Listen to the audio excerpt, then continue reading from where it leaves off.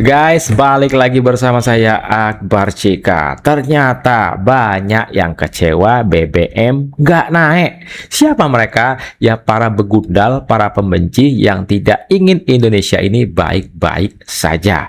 Mereka akan kembali ke setelan pabrik setelah menciptakan isu BBM naik, panik buying, gagal. Ternyata BBM nggak naik.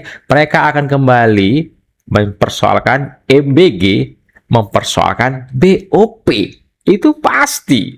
Nah, kali ini yang bikin mengejutkannya lagi, Bapak Yusuf Kalla malah minta pemerintahan untuk menaikkan harga BBM. Loh, kok bisa ya? Tentang BBM, bahan bakar minyak, yang sekarang ini mengalami masalah kenaikan harga akibat perang di Timur Tengah itu.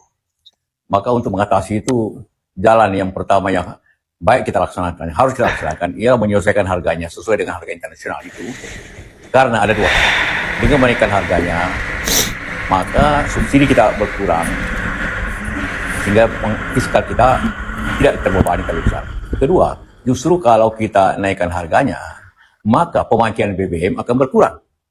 Orang akan menghemat. Dan ketiga, yang memakai BBM itu kan yang punya mobil dan motor dan tentu lainnya. Bagi yang punya mobil tentu mampu untuk membeli dengan harga yang motor tentu menghemat, jangan banyak bepergian. Pengalaman di negara-negara ASEAN seperti Thailand, Malaysia, Vietnam menaikkan itu tidak ada reaksi demo di masyarakat karena masyarakat memahami bahwa itu bukan faktor eksternal yang tidak bisa ditunda, faktor eksternal yang tidak bisa diatasi oleh pemerintah. Jadi untuk stabilitas ekonomi kita, itu langkah itu harus menjadi pertimbangan. Justru pertama untuk mengurangi subsidi, dan yang kedua justru untuk mengurangi penggunaan BBM itu. Karena kalau BBM murah, orang akan bepergian seenaknya. Orang memakai seenaknya kalau BBM murah seperti sekarang ini. Akibatnya kita alami kemacetan di mana-mana. Akibat orang pemakaian dengan murah gitu. Gimana menurut kalian? Nah, Yusuf Kalla malah minta pemerintahan menaikkan harga BBM. Kita tahu ya, Pak Yusuf Kalla ini berapa kali menjadi wakil presiden. Pada zamannya Bapak SBY, ya, kita beralih dari minyak tanah, ya, minyak tanah itu ke LPG. Itu eranya siapa? Eranya Yusuf Kalla. Ya, kalau nggak salah itu bisnisnya dia. Hah? Sejak Yusuf Kalla menjabat sebagai wakil presiden, berapa kali BBM itu naik?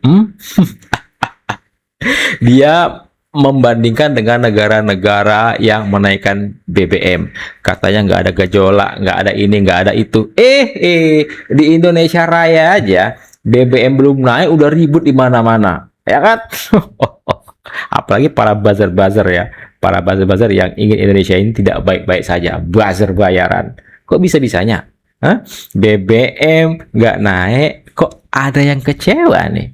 Nggak percaya? Yuk, kita simak video-video berikut ini. Istana pastikan nggak ada kenaikan harga BBM subsidi maupun non-subsidi di tanggal 1 April besok. Sebuah kabar baik, cuma agak sas gak sih? Karena harga acuan minyak di APBN kita itu di $70 per barel. Sekarang harga minyak udah sampai $100 per barel. Jadi kenaikannya itu udah hampir 50%. Dolar juga menguat terus, udah 17.000. Tapi kok nggak ada penyesuaian sama sekali. Gue tuh jadi agak bingung. Cuma mungkin memang bener bangsa kita bangsa yang besar. Mau APBN digrogotin MBG, mau minyak melonjak terus, mau dolar menguat terus, bodo amat. Kita ini negara kaya, kita aman-aman aja. Duitnya tetap ada. Adanya dari mana? Ya pokoknya ada. Pos anggarannya semua Pokoknya ada di Kementerian. Kemudian yang kedua terkait dengan work from home, swasta dilibatkan. WFH setiap hari Jumat, Sabtu, Minggu di rumah. Artinya ini justru menghambur-hamburkan BBM. Coba pikirkan, diliburkan hari Jumat, orang akan berpikir, yuk kita pulang kampung, yang rumahnya di Bandung, yuk kita ke Bandung. Mas lumayan 3 hari ya. Justru ini pemborosan kalau menurut saya, karena diambilnya di weekend, bukan di weekday. Coba Pak, ini justru memberikan kesempatan untuk menghambur-hamburkan BBM. Benar Pak enggak? Kalau untuk penghematan Pak, gak usah jauh-jauh. Hilangkan MBG. Pasti lagi. banyak sekali uang yang bisa digunakan untuk kesejahteraan rakyat, pendidikan, kesehatan, lapangan kerja. Anjing ya kan? Baik lagi kan ke MBG. Ini salah satu pecinta abang garis keras nih ya kan? Kan baik lagi kan kesetelan pabrik ya kan? Balik ke standar mereka. Mempersoalkan MBG, nanti BOP juga dipersoalkan. Pendukung si Gabah ya, kenapa pemerintah itu menetapkan WFH di hari Jumat? Nih baca ya, pemerintah Indonesia menerapkan kebijakan work from home setiap hari Jumat sebagai langkah efisiensi BBM. Kebijakan ini bertujuan untuk menghemat subsidi BBM sebesar 6,2 triliun dan total belanja BBM masyarakat hingga 59 triliun melalui pembatasan pembelian harian maksimal 50 liter per kendaraan. Pilihan hari Jumat dipilih karena sebagai kementerian sudah menerapkan kerja 4 hari serta jam istirahat yang lebih panjang karena sholat Jumat. Tuh. Selain itu, pelayanan publik, perbankan, dan pasar modal tetap beroperasi dengan pengaturan aplikasi kantor. Kebijakan ini diatur lewat surat edaran Menpan RB dan Mendagri dengan batas pengguna kendaraan dinas 50% kecuali operasional dan listrik. Tuh, Muslim bukan? Muslim kan? Masa nggak paham? Hari Jumat itu ada waktu jedahnya itu lebih panjang karena ada sholat Jumat. Ini nih, aduh, baik lagi nyerangnya MBG. Itu. BBM naik, BBM naik, BBM naik, BBM naik. Prediksi harga BBM 1 April 2026 Pertamina, Shell, Vivo, BP, AKR bakal ada kenaikan. Montiar. A few moments later. Pemerintah tegaskan BBM subsidi dan non subsidi tidak naik. Warga diminta tak panik. Pertamina menyatakan bahwa Pertamina belum akan melakukan penyesuaian harga baik untuk BBM subsidi maupun BBM non subsidi. Alhamdulillah, terima kasih Presiden Prabowo tidak jadi menaikkan BBM subsidi maupun non subsidi. Alhamdulillah, BBM nggak jadi naik, BBM nggak jadi naik.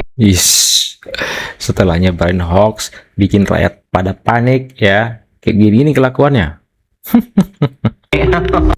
Tolong pemerintah, ini lagi nih statement-statement nggak penting kayak gini. Dunia ini lagi ada dalam situasi krisis. Berbagai negara diambang krisis energi. Rakyat butuh negara lebih transparan soal langkahnya menghadapi krisis. Jangan seakan terlihat baik-baik aja. Kenapa? Karena memang nggak signifikan. Nyuruh sekolah daring, kerja WFH, potong gaji menteri, pejabat, itu nggak signifikan. Ibaratnya cuma ngobatin luka luar. Tapi luka dalamnya nggak diobatin. Jadi tolong transparan. Kasih tahu aja bahwa kita lagi nggak baik-baik aja. Dan yang kedua, tolong untuk jangan berikan kita band-aid policy atau kebijakan yang cuma ngobatin luka, seakan aktif, cepat, simbolik, tapi nggak menyelesaikan akar masalah. Berikan kita structural policy yang membuat kebijakan lebih jangka panjang dan lebih jelas arahnya kemana. Dan jangan terus-terusan ngehimbau rakyat untuk jangan panik, nggak cukup. Berikan kita kepercayaan kalian perform untuk membuat kebijakan yang sangat bermanfaat untuk kita. Dan juga tolong pecat menteri-menteri nggak jelas di situasi krisis kayak gini. Bahasanya kan intelek kali, Selat Hormuz ya, biar bisa lewat seperti negara tetangga. Ini nggak baca berita nih, dua kapal tanker udah lewat. Pemerintah akhirnya memutuskan bahwa seluruh menteri, anggota DPR, dan pejabat politik lainnya wajib menggunakan transportasi umum dan juga dilarang menggunakan patwal antisipasi krisis energi. Alias April mau bohong deh, nggak ada berita kayak gitu, nggak ada. Kebijakan WFH untuk ASN, nyuruh rakyat berhemat, itu ibarat lo sakit GERD, tapi disuruh minum air hangat. Ada efeknya, tapi nggak ngobatin luka dalam.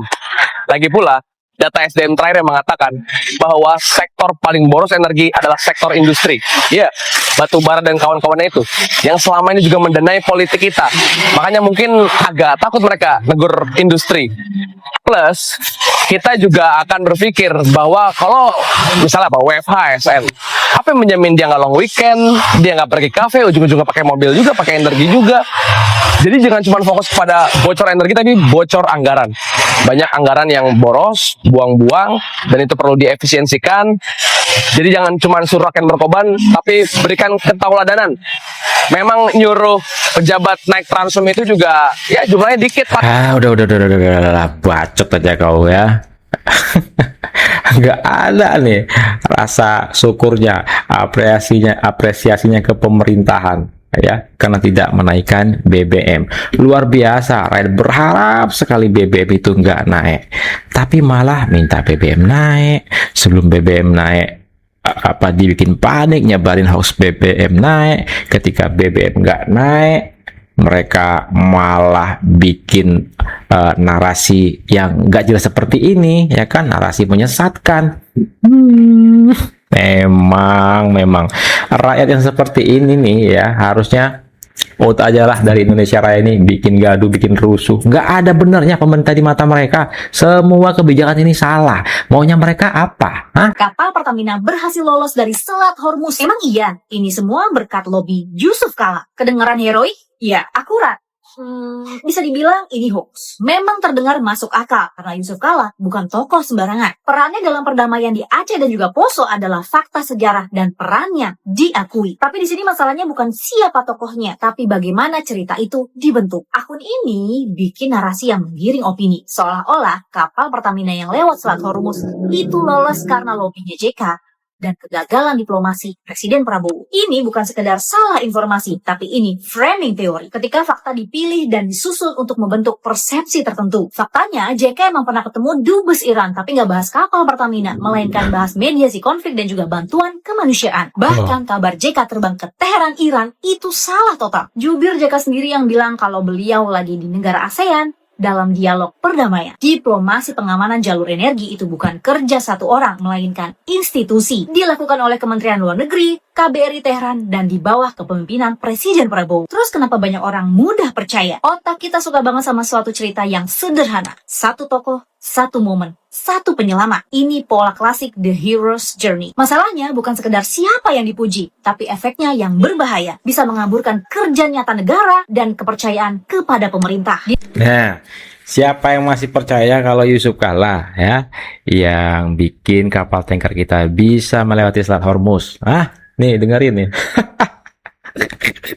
Gampang banget percaya, tapi saya yakin tuh yang percaya itu yang pada saat Pilpres nggak milih Prabowo Gibran.